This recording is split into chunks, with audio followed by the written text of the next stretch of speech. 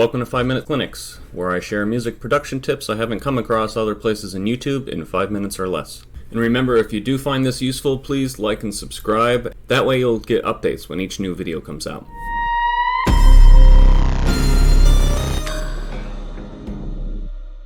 In this episode, I'm going to be sharing a couple experiments that I did in a recent session that really spurred on my creativity. Alright, so getting started here, I wanted to go through a couple things that I found that Ableton did that were helpful just for spurring on some creativity and using the tools a little bit differently than maybe they were intended to be used. But they were helpful for me in a recent project that I've been doing to remix Snakes of Russia song called Fictioneers. And I'll link to Snakes of Russia, really cool kind of modular synth electronic music. I did crop a couple of the samples, and I was using a snippet of a song where I really like the chord progression, and so I wanted to integrate some of that into this remix as well, just to show you what it sounds like originally.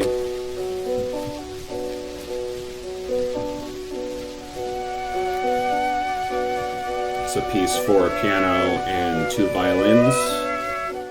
The second clip I have here is the sample of a drum kit from Snakes of Russia song, and this is just what that sounds like slightly.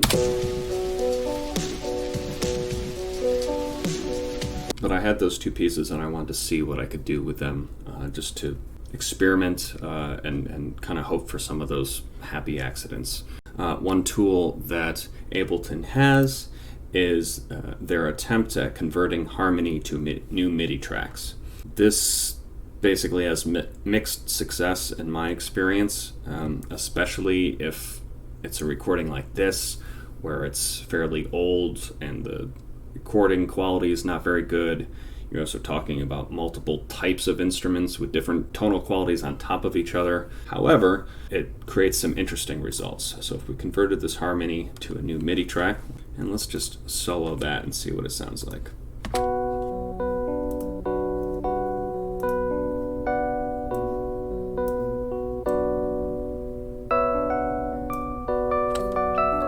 So you can definitely hear some of the same chords. It loses a tremendous amount from the original. There's some just wrong notes in there. However, again, some of the core chord progressions or feeling has been picked up by the algorithm and is maintained. So now I just have the MIDI information. But then you can assign any type of instrument you want to it. Let's assign that to it. And so what I did for the remix on this is actually put an arpeggiator at the beginning of this. And so it plays around a little bit more with all the notes that it has in that MIDI information. So the arpeggiator is a MIDI effect. Drop that in beforehand. I think I actually put this on random 16th notes, and then see what that sounds like. And so I actually did something similar for the drum kit, which it just recovers a little bit differently to get more rhythmic components. But if we were to play this new drum sound,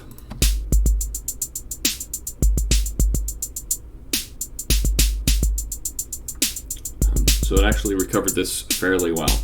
So here again, you can very easily drag your own sounds to this and basically replace a similar patterned drum kit with different sounds. And so very quickly, I think you can interestingly get a set of sounds together that were inspired by the original, but very, very different. Every once in a while, a lot of times it doesn't, but every once in a while it sounds good, and then you can take that and run with it.